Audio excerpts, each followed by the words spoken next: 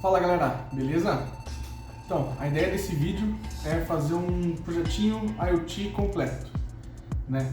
A ideia não é fazer um tutorial, nem um passo a passo, né? A gente não vai entrar muito a fundo, muito no detalhe, mas mostrar de forma completa, né, todas as etapas necessárias para conseguir fazer um projetinho IoT funcional, né? Desde a ideia até ele funcionando, né? Então, para isso a gente precisa de uma ideia, né? Primeiramente começar o que a gente vai fazer. A gente não vai fazer nada muito complexo para conseguir mostrar de fato todas as etapas. E a ideia inicial é fazer um sensor de chuva, né? Eu moro em Curitiba e aqui chove, faz sol, chove de novo umas 3 vezes dentro de 1 hora, né? Então quando você deixa alguma coisa lá fora para secar e não prestar atenção, é muito provável que vai acabar pegando chuva, né? Então esses dias eu até pensei, né, se teria como a Alexa, né, tem algumas Alexas aqui em casa, se ela não conseguiria ficar de olho para mim quando começar a chover me avisar, né? Então essa é a minha ideia, um sensor de chuva que quando sentir as gotinhas de chuva consiga se comunicar com a Alexa, para daí a Alexa me avisar que está chovendo, para eu ficar esperto, né? Então beleza, então essa é a ideia global, né? Quais certezas que a gente tem, né? O que a gente já sabe que eu vou usar para esse projeto, né? Eu vou usar um NodeMCU, ESP8266, né? Para quem não sabe, esse é um microcontroladorzinho bem interessante, é tipo um Arduino, que ele já tem Wi-Fi, né? Então, para projetinho IoT, ele é bem utilizado, ele é bem famoso, vai ajudar bastante gente nesse projeto, que vai ser o principal desse projeto, né? A gente vai usar o MQTT, né? Para fazer a comunicação do sensor, né? Quando ele pegar as informações para ele enviar, ele vai fazer essa comunicação via MQTT. Vou entrar mais em detalhes depois. E a Alexa, que vai ser o endpoint, né? Ela que vai ser o atuador, né? Que vai servir para a gente, para avisar que de fato começou a chover, né? O que o sensor pegou, ela que vai dar esse alerta, né? E um sensor de chuva por contato elétrico, né? A gente que vai fabricar esse sensor.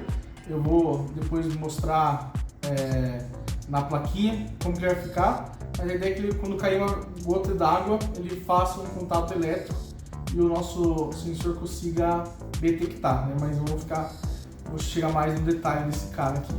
Tá, então já temos a ideia, né? Como que vai dividir, né, um projeto? Quais etapas tem um projeto, né, de IoT? Dá para separar principalmente, né, em 2 grandes grupos, hardware e software, né? De hardware, a gente consegue separar novamente em eletrônica, né, a placa eletrônica em si, e a caixa, né, como que se vai armazenar, né, como que esse projeto vai estar, né, protegido. Novamente, a eletrônica, a gente consegue daí dividir em projeto elétrico, né, fazer o projeto, a confecção, o design da placa, e daí, de fato, a confecção da placa de circuito impresso, né, depois de fazer as trilhas, soldar um circuito, etc, né. E da caixa também dá para subdividir em duas etapas, né? A modelagem 3D, a gente vai modelar a nossa caixa baseada no projeto elétrico, no design da placa, e depois a impressão 3D, né? A gente vai imprimir 3D essa caixinha, né? E daí de software também dá para subdividir em 3 etapas, né? O software do microcontrolador, né? Do NodeMCU, a comunicação MQTT, né, como que ele vai enviar essas informações, e por fim o nosso servidor Node-RED junto com a Alexa, né? Então ele que vai receber as informações via MQTT do sensor e vai fazer o bate-volta com a Alexa, e ele que vai tomar a decisão, né? Uma decisão simples, mas ele que é de fato o decisor de quando tem que não avisar a Alexa, pedir para a Alexa avisar que está com chuva.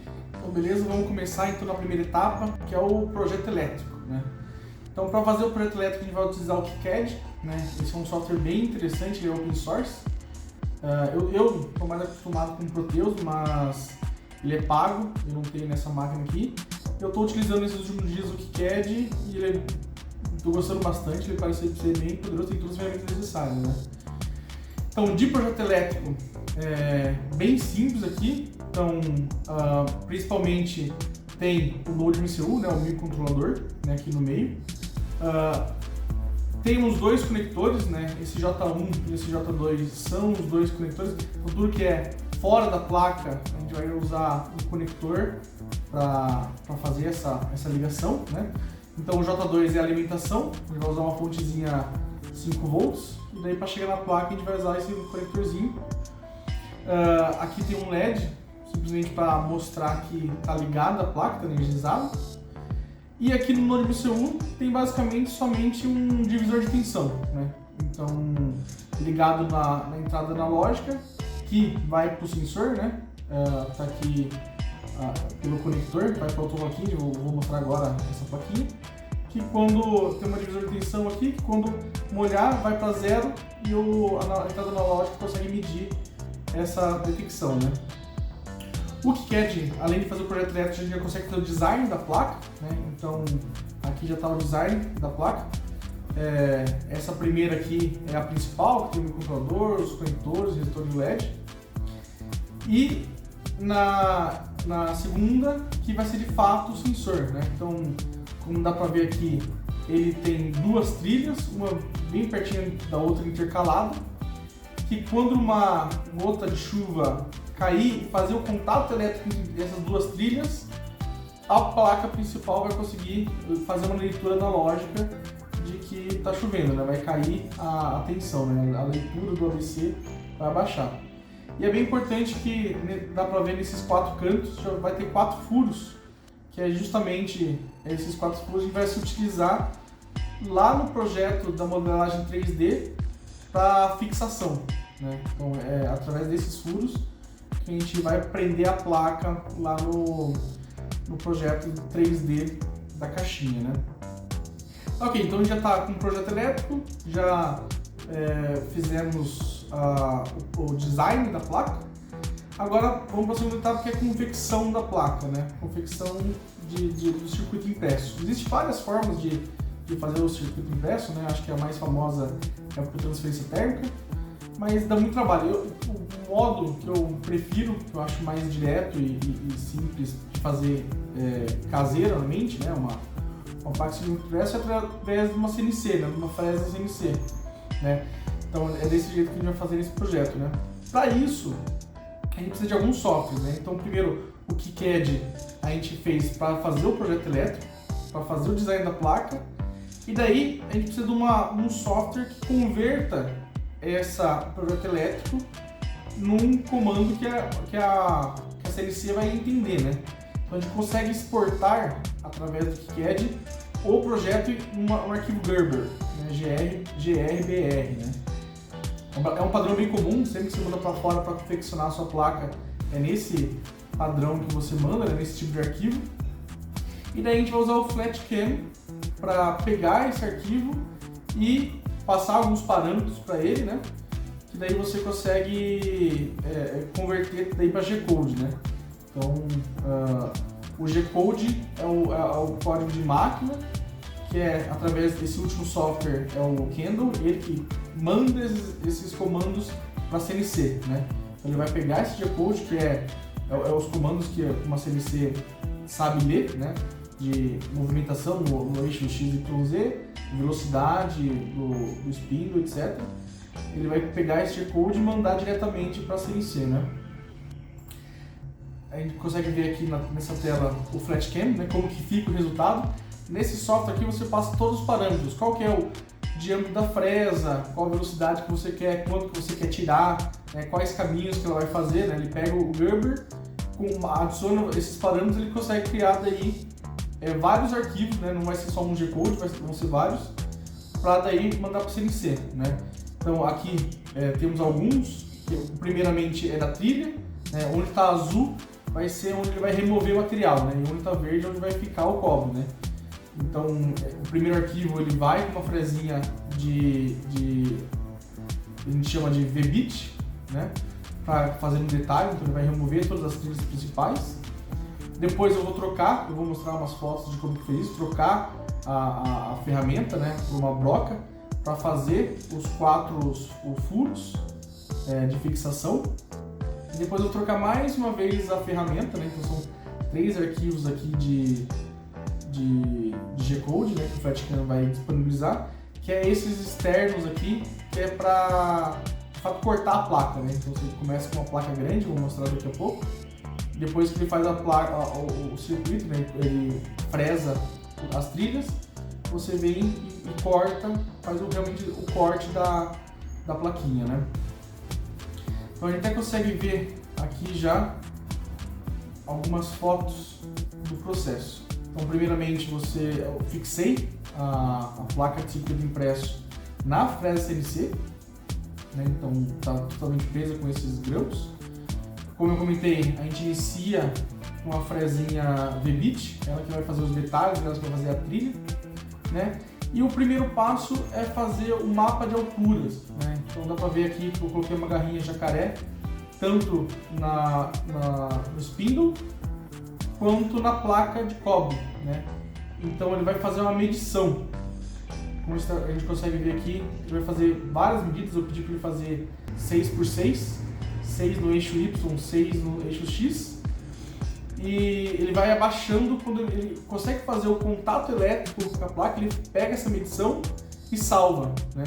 Desse modo a gente consegue ter uma matriz de desnivelamento. E depois, quando eu vou fresar, a gente consegue corrigir esse desnível de altura, certo? Então, porque a gente vai remover um pouquinho de material, né? O cobre na placa de impresso é 0,1 milímetro, né?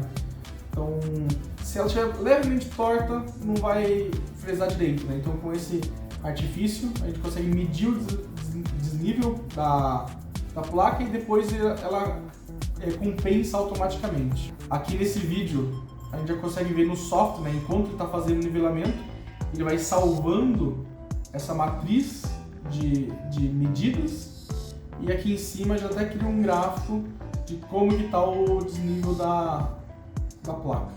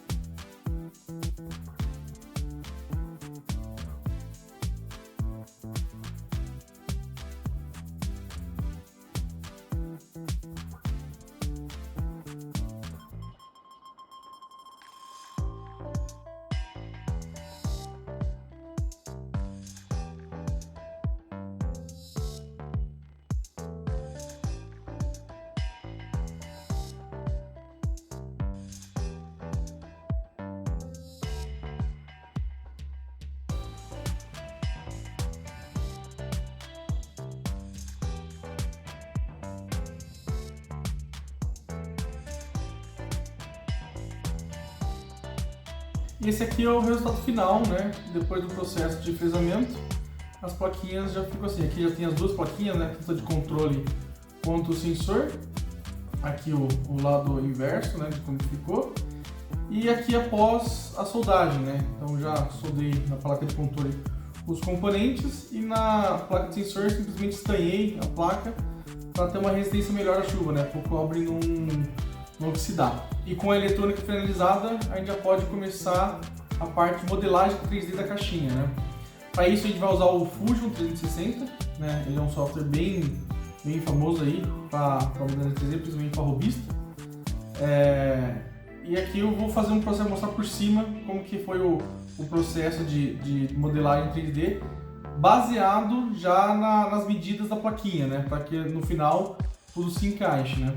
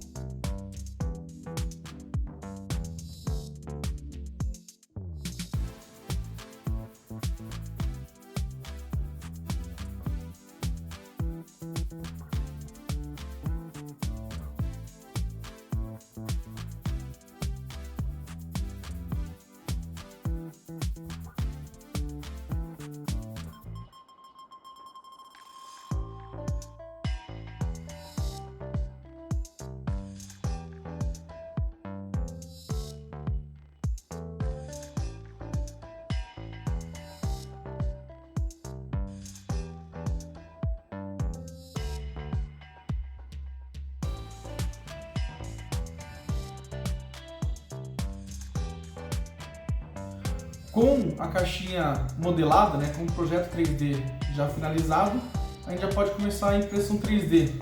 Para isso, a gente precisa exportar cada peça da modelagem 3D, né, do Fusion, no arquivo .stl e importar no arquivo de fatiamento, né? Existem vários aí no mercado, mas um bem comum, bem famoso é o Cura, né? Que esse software vai pegar esse arquivo 3D e com alguns parâmetros que a gente coloca no software da impressora 3D, né, de como que a gente quer que a peça seja impressa, ele consegue criar os comandos, né, o arquivo G-Code, para a impressora 3D entender e fazer a impressão 3D de fato, né?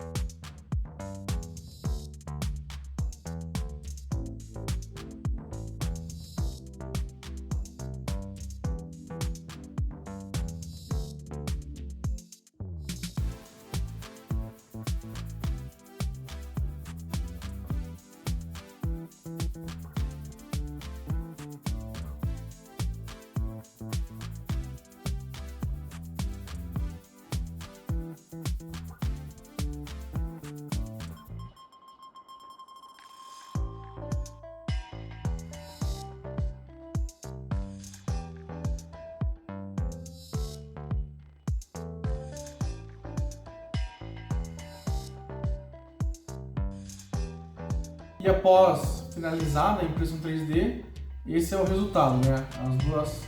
A caixinha com as duas peças, né? Tanto a base quanto a tampa. E com os dois prontos, né? Tanto a parte de eletrônica e a caixinha pronta, basta fazer a montagem, né? Então a gente já vê aqui que como um foi modelado a partir do outro, né? A gente tem um encaixe perfeito, a gente parafusa aí as plaquinhas direto na caixinha 3D.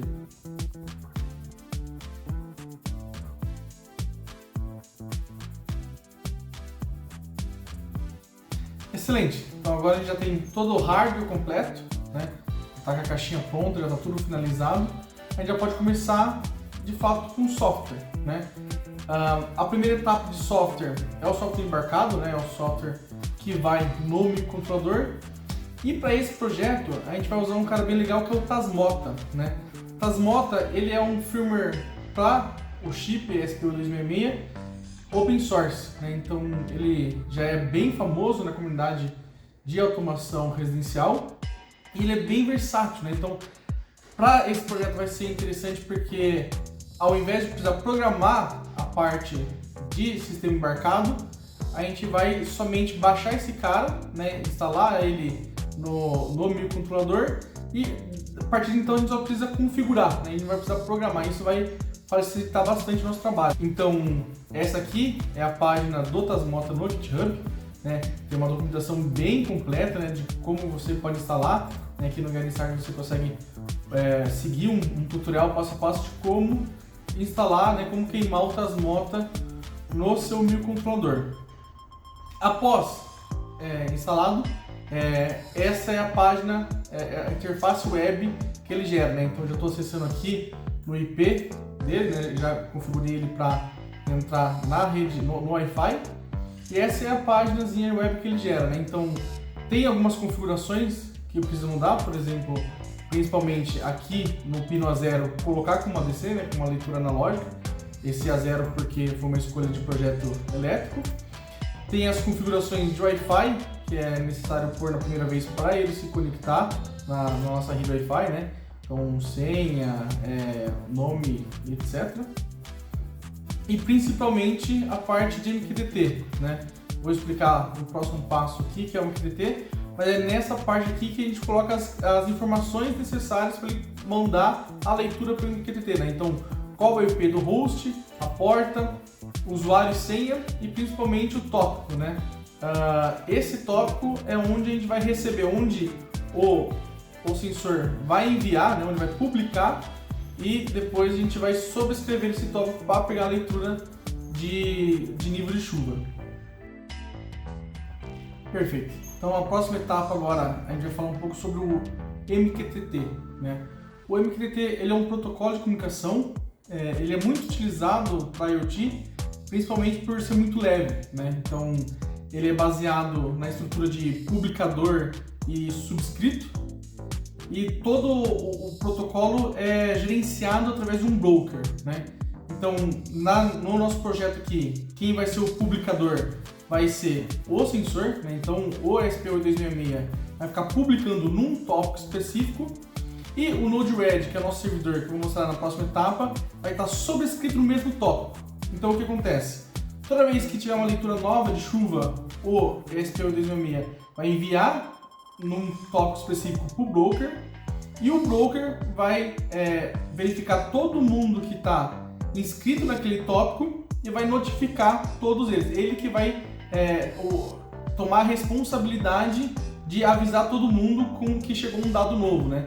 Então essa estrutura é bem interessante, que o publicador não precisa saber para quem ele precisa enviar, ele vai enviar somente para uma pessoa, né, para uma entidade, que é o broker MQTT que a gente está utilizando o Mosquito no nosso servidor, e ele que vai tomar a ação de verificar quem tem esse interesse, né, quem quer aquela informação e enviar, né? O broker MQTT, como eu comentei, a gente está usando o Mosquito, eu já tenho ele no meu servidor, então para esse projeto basta no Tasmota configurar as informações do broker, e lá no Node-RED também configurar as informações do broker e qual tópico quer receber, né? Então para esse projeto basta, como já tem o servidor rodando, né, em utilização aqui em casa, basta fazer essa parte de configurações tanto no publicador quanto no subscrito. Beleza? Então agora a gente vai para a etapa final, né, de software, que é justamente onde a mágica acontece, que é no Node-RED, no nosso servidor Node-RED, onde vai ficar a lógica de programação, junto com a integração com a Alexa, né? Então, de forma geral, o que vai ser feito aqui? Primeiro, a gente precisa de duas etapas. Primeiro, avisar para o Node-RED que a gente quer saber se está chovendo ou não, para não ficar a todo momento chovendo, ela ficar avisando, que isso pode atrapalhar. E depois, a segunda etapa é, de fato, verificar se tem ou não chuva, e daí pedir para a Alexa avisar que está com chuva, né? Então, essa é a primeira etapa, né? Como que a gente vai falar para o Node-RED que a gente quer que ele fique monitorando se está chovendo ou não, né? Tem essa biblioteca aqui, essa primeira biblioteca, Node-RED com Triple Amazon Echo, que o que ela faz? Ela consegue criar uma lâmpada virtual, né? Então, você cria esse cara, foi esse carinha que eu criei aqui, chuva, e pede para a Alexa descobrir novos dispositivos. Ela vai achar uma nova lâmpada, né, entre aspas, uma lâmpada virtual, que em vez de ser um equipamento físico, ela vai mandar os comandos direto para o Node-RED, né? Então essa primeira biblioteca vai ser a primeira integração que a gente tem, né? Então o que eu faço com isso? Eu vou criar uma rotina na Alexa direto, pedindo: Alexa, fique de olho se chover, me avise se chover. E o que ela vai fazer? Vai ligar essa lâmpada. Quando ligar essa lâmpada, através desse node aqui, nessa saída, vai vir um pacote avisando que foi avisado para ligar essa lâmpada, né? Que vai ficar monitorando.